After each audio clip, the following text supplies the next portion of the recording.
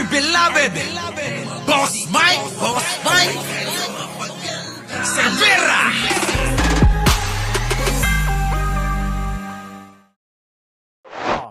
Yan na. May mga nag-PPM sa akin nyo. Ingat ka kay dating Pangulong Duterte. Nagagalit sila sa iyo ngayon dahil sa ginagawa mo na pag-atake sa kanila na todo depensa mo sa administrasyon. Ito ngayon umaga lang. May nag-message sa akin. Tauhan ng mga Duterte. Bakit ko daw sinira yung figure? Bakit ginanon ko daw? Oo nga naman kasi. Bakit mo naman kasi ginanon yung picture ni Digong? Tinanggal mo yung ilong eh. Hindi na tuloy makita yung ilong na butas-butas ninyo. Di ba yung ilong ni Digong butas-butas yun? Binutas mo lalo. Ano masama doon sa figure? Property ko yun. Pag-aari ko yun. Si Digong ba talaga yun? May batas ba na nagbabawal doon? Wala. Ito nga, wala naman palang nagbabawal. Grace Digay, okay lang kahit na magbalik-balik kayo doon Ilong na butas-butas, parang durian. Parang nahulugan ng durian, Boss Revenge. Nagme-message niya sa akin Hindi ko napapangalanan. Auhan ng isang senador. Bakit? Ang sinend niya pa wala naman siya kinaption sa akin. Wala naman siya final na right message. Sinend niya lang sa akin ng isang video na ginawa niyang picture na kung saan nandoon yung mukha ni dating Pangulong Duterte na siguro hindi niya masabi bakit mo binasag yan, bakit mo winasak, bakit mo inano. Hindi niya lang masabi siguro sa caption. Now, nung isang araw, may kausap din ako. Kaibigan din ito, malapit dito kay dating Pangulong Duterte. Ninyo, lanti ka talaga? Natawa ako sa'yo, nagulat ako sa'yo sa ginawa mo na pagbasag doon sa ribulto ni Digong. Bakit, boss? May batas bang pinagbabawal yan? Ako nagkisisi na ako na naging part ako ng Duterte administration vlogger Putang inang yan. Kaya doon sa mga sumusuportado kay Digong ngayon na mga vlogger, tigilan niyo ako, mga puki ng ina ninyo. Ikaw kasi. Alam nyo, ito na problema kay ninyo at masanay na kayo, talagang ang bunganga nito talagang sa bagay, pag nagla-live naman si Ninyo, talagang sinasabi niya naman bago mag-live yan, kung ayaw nyong makarinig ng ganitong salita, PI ka, gag ka, di ba? Lumayas ka. Kasi yun ang mga maririnig mo sa kanya. Meron naman siyang babala. Ito, ayan Yan. Ito. Yan. Yan. Malas yan. Putang inang yan. Kita mo, matigas ang mukha niya talaga, Matigas, putang ina, matibay. Matibay ang putang ina.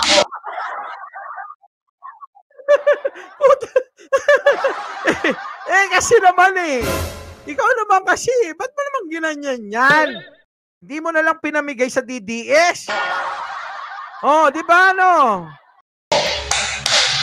Matibay. Yan. Natanggal ang ilong. Tanggal yung ilong. Alam mo, sa totoo lang hindi ko alam kung matutuwa ako, maiinis ako, o hindi ko maintindihan yung pakiramdam ko dito. Sige. Yan. Di ba? Yan ang kamalasan na ibinigay niya sa atin noon. Kaya ako pinagsisisihan ko na naging part ako ng Duterte administration as vlogger. Putang ina. Nagsisisi na ako dyan. Nagsisi na daw siya. Nagsisi na si Ninyo. Huwag tayong magpabola sa mga yan. Kita niyo, bansang Pilipinas, ibinebenta na tayo sa China. Nagka-leche-leche na tayo. Yung gentleman agreement nila. Una, kita nyo hindi mo malaman kung sino-sinungaling dito Si Harry Roque ba? O si Panelo? Yung matandang gusto rin maging senador. Di ba? Hindi mo mawari kung sinong gusto maging, kung sino sinungaling sa dalawa doon. Eh di pareho sila. Lahat naman sila sinungaling eh. Oo, lahat naman sila sinungaling. O sige. Hindi mo malaman kung sino sinungaling dito eh. Si Harry Roque ba? O si Panelo? Yung matandang gusto rin maging senador. Di ba? Hindi mo mawari kung sinong gusto maging, kung sino sinungaling sa dalawa doon. Sinasabi ni Harry Roque, totoong nagkaroon ng agreement. Sinasabi naman ni Panelo, hindi daw totoo. And kung nagsalita si Digong, nung in-interview, totoo may agreement. Di sino sinungaling ngayon? Eh di sila lahat. Lahat. Pare-pare sila sinungaling. Di ngayon nagagalit nga daw. Itong mga DDS at kampo ni Duterte na mukhang pinagbabantaan si Nino. Nako, ikaw Nino, mag-iingat ka. Talagang nasaktan sila dyan sa ginawa mong yan. Manahimik kasi kayo. Kung nandito lang yung mga damit na may pinirma ni dating Pangulong Duterte, sunugin ko kayo. Kaya sabihin ng mga vlogger ng Duterte, putang ina ninyo, may content na naman kayo sa akin. Tutuwa ako sa itsura eh. Di ba? Ina ninyo, tigilan nyo ako, nanakawin nyo na naman ang video ko. Gagamitin ninyo. Ayan si Calvo, naulol na. Winasak yung mukha, yung figure ni Digong. Putang ina ninyo. Lalong-lalo na yung kupal na matanda, yung taga-Hong Kong. Naku po, tigilan mo ako, tanda. Ha? Kaibigan natin yun Parang sinasabi niya si Spencer. Hoy, nandiyan ka ba, Spencer? Sampid ka lang sa DDS, gago! Pinili niya pagka-vice president, I will respect, pero sa pagka... Pero alam nyo mga boss, totoo naman marami namang mga sampid dyan na mga DDS vlogger na nakisimpatya doon. Bakit kanyo? Kasi marami dyan yung mga hindi na doon sa prinsipyo mga kababayan kundi doon sa doon sa ayaw nila doon sa ibang mga vloggers, kaya doon na lang sila kumampi. Oo, kasi karamihan ng mga kaaway nilang vlogger nasa kampo ni Pangulong Bongbong Marcos. Nakataon na itong mga kaibigan. Alam nyo, blessing in disguise, habang tumatagal si BP Sara, ipinapakita niya kung sino siya. Ipinapakita niya kung anong meron siya, kung siya ba'y mapagkatiwalaan bilang kapartido. Unang-una, may narinig ba tayo kay BP Sara na ipinagtanggol niya si Pangulong Marcos? Alam nyo, totoo yan Totoo yan. Kailan nyo narinig si BP Sara na pinagtanggol niya si Pangulong Bongbong Marcos sa mga rally? Hindi nga bagkos alam nyo ginawa niya? Ayun, parang tuwan-tuwa pa. May narinig ba tayo sa kanya na dinipensahan niya si Pangulong Marcos? Nakapartido niya? Wala tayong narinig. Wala talaga. Never na yaan ay naringgan natin na kahit man lang sabihin niya na wag naman kayong ganyan sa Pangulong Bongbong Marcos. 'Di ba? Halos lahat ng kanyang hiling kay Pangulong Marcos, invitation na lang, sinisipot siya. Pagpapakita na sinusuportahan siya. Alam niyo guys, meron akong isang mga kaibigan na general. Yung isa, retirado na, yung mga aktibo. May mga nag-PPM sa akin nyo. Ingat ka kay dating Pangulong Duterte. Ako, ayan na. Mag-ingat ka talaga ninyo. Baka hindi mo alam yung history, galing ka dyan. Di ba? Nagagalit sila sa iyo ngayon dahil sa ginagawa mo na pag-atake sa kanila na todo depensa mo sa administrasyon. Correct. Alam mo, Ninyo, sa totoo lang. Oo, kasi galing ka dun dati ka nilang kakampi. Dati kang kakampi. Eto talaga. Noon, solid talaga tong DDS to kahit nung eleksyon, nakakabali-taktakan natin to sabi ko nga sa kanya, ngayon magkakilala na tayo, ha? Magkaibigan na tayo. dumating yung pagkakataon na magkaiba tayo ng pananaw at opinyon pagdating dito sa mga sinusuportahan natin, never, wag tayong magbabanatan. Maliban kung sosobra ka na. Sa syempre hangganan, di ba? Tulad ni Maharlika, kita nyo, sobrang lagpas na sa guhit eh. Okay lang kung nasa boundary. Pero yung pambabatikos mo, gagawa ka na ng mga balita na imbento, fake news, kumbaga, abay mali na yun. Mali na, di ba? Mali. Hindi tayo po pwedeng magwalang kibo doon, di ba? Magsawalang kibo, di ba? Nung panahon ni Pangulong Duterte, pinakita ko ang solido ko sa kanya.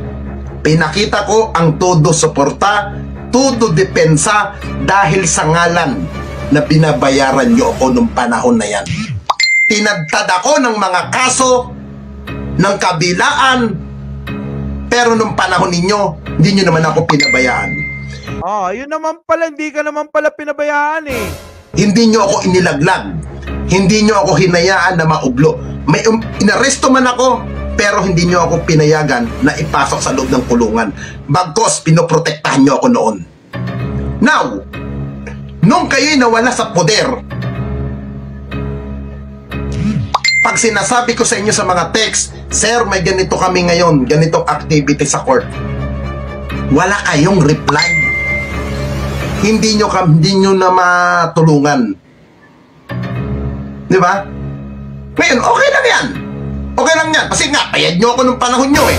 Ngayon, ayan maliwanag. Bayad si Nino nung panahon ni Pangulong Bongbong Marcos. So, bayad talaga. Bayad talaga sila. Tuloy. Yung mga defender ni dating Pangulong Duterte, meron ba lakas loob dyan na umaamin na vlogger na bayaran kayo? Wala. Kasi nga, takot kayo. Takot kayo na umamin na bayad kayo mga buwaka ng ina ninyo. Alam naman namin yan, Nino. May listahan nga ako. May listahan ako ng mga binabayaran nila. Ito na, umamin na talagang bayad kayo. Buti pa nga ito, totoo eh. Nagpapakatotoo si Nino. Diba? Etong sila Banat May, nagmamalinis eh. Ang simple nga sinasabi ko sa inyo eh. Maglabas tayo ng mga payroll natin. Maglabas tayo, magpakitaan tayo ng bank account kung sino ang nagpapadala sa atin. Diba? Kung sino ang nagbabigay sa atin ng pera sa mga ATM natin. Maglabasan tayo. Hindi nyo kinakakat.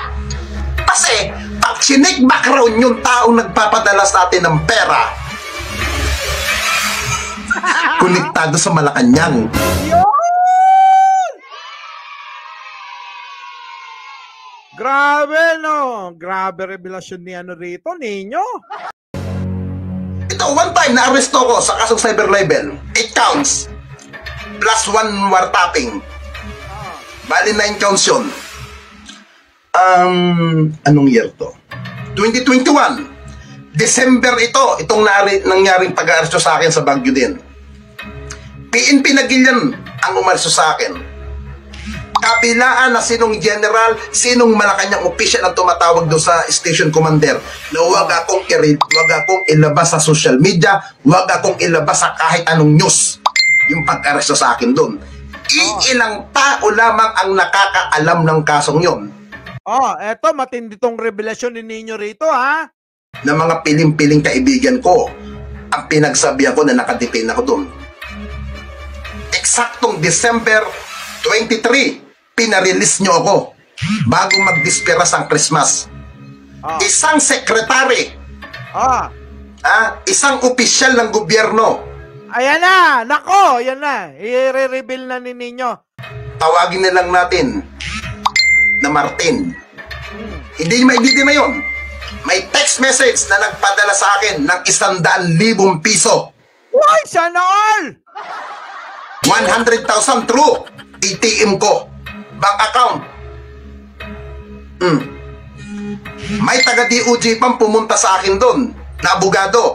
May tauhan pa ng isang undersecretary na pinapuntahan pa ako mula Manila to Baguio. Oh. Naka-record yan doon sa station. Oh, naka-record pala. Oy, tirahin nyo na si biyahe ni kayo. Oh, Bert's Vlog, nandiyan na rin. Kaya sabi ko, pag ganyan kayo, mag-iingay na lang tayo. Magpapasko na, tapos nasa station ako.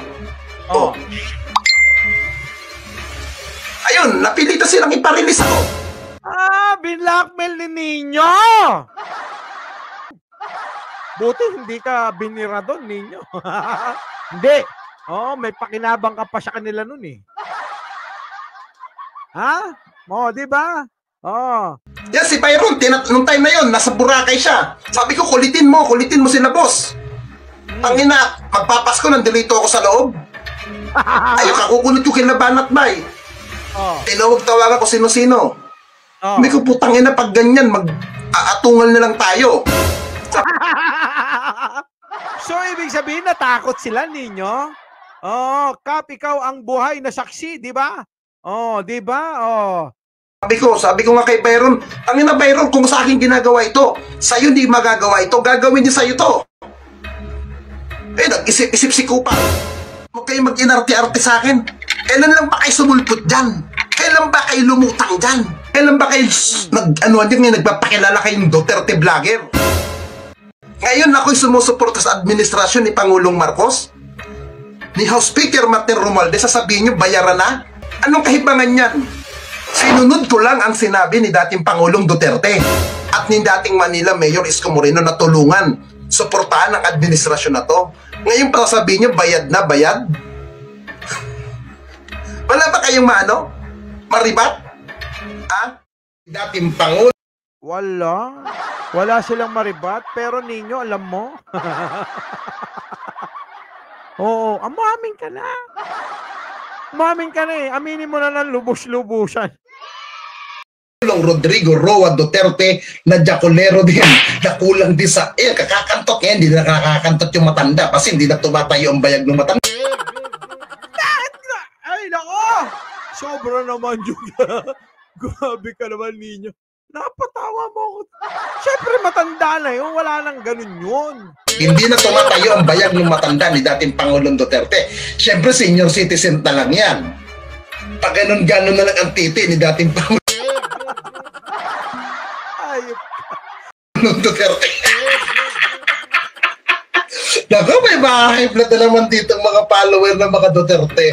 Siyempre, oo ka pala eh. Pag sabihin mo ba naman yung idol nila ng ganyan eh. Siyempre, may iinis sa'yo yun. Diba? Kung lait-laitin mo eh. Grabe ka. Oh, Maharlika, oh, si Ninyo. Banatan mo si Ninyo. Yung ama na matanda na ulyanin na madaling nasulsulan, may mga tumatawag na sa kanya, mang kanor daw, parang kumakabig.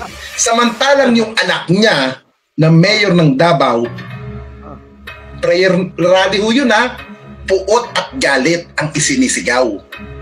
Ngayon, itong mga kaibigan itong ginagawa ni dating Pangulong Duterte dahil ulyani na, hindi na tumatayo ang kanyang bayag na luslos. Alam nyo, ang ginagawa ni Digong ngayon, itong putang inang matandang Pwede ba to? Pwede. Hoy, Maharlika, kita mo. Nakahanap ka ng katapat, Maharlika. Sa ninyo parang may may konting katotohanan eh. Si Maharlika, Oo. Wala kahit Wala kahit na totoo eh. Kahit konti, wala eh. Oy, Maharlika, manood ka daw. Oh, pasok. Duterte na to, itong si Rodrigo Roa Duterte ng buwaka ng inanto, na ulyani na. Alam nyo, yung ginagawa niya ngayon, mga kaibigan, at ginagawa ng mga supporter niyang mga hibang na mga tanga, yan din ang ginawa ng mga dilawan nung panahon sa kanya. Ngayon, maituturing na ngayon si Duterte na hindi na administrasyon. Para na kayong mga ulol na atungal ng atungal na nawalan kayo ng pwesto. Yan, si Harry Roque. Putak din ang putak. Bakit kaya yung mukha ni Roque? Oo, wag ganyan boss ninyo, may Palmolive girl. Oo, di ba? Pambihira. Ba't ganito yung mukha ni Rocky, ano? Talagang ang bilbil na sa mukha, hindi lang sa tiyan. Di ba? Oo, di ba no? Sa totoo lang. Si Rocky ang may bilbil sa mukha eh. Oh, ang galing ng description ni Barsaga. Oh, sige, pasok! Di ba? Ako alam niya maswerte pa ako kahit na paano eh. Bakit? Hindi ako nag-Marcos. Isko Moreno ang kinampanya ko noong 2022. Pero hindi pinalad yung mama. Eh, yun ang kalooban eh. Di ba? Ang nakakatawa rito, yung mga vlogger na mga sumuporta kay Pangulong Marcos, todo kayo depensa ng eleksyon. Todo kayo atungal. Todo kayo tanggol. Oo nga. Mga putang ina. Oo nga. Bakit kayo, mga vlogger kayo, mga lintian kayo, todo kayo tanggol, todo kayo suporta. Abay, parang sinasabi nyo na nga na ano eh. Kayo na ang pinakamagaling at pinakamabait nun eh. Eh bakit ngayon bigla kayong bumaliktad, maharlik ka? Ha? Yung iba pa dyan, yung mga nasa TikTok. Oo. Hoy, yung mga kaibigan ko. Hoy, Sash! Sino pa? Ang dami nyo! Bakit bigla kayong bumaliktad? Dahil ba kuripot si Pangulong Bongbong Marcos? Wala kayong mapalang pera?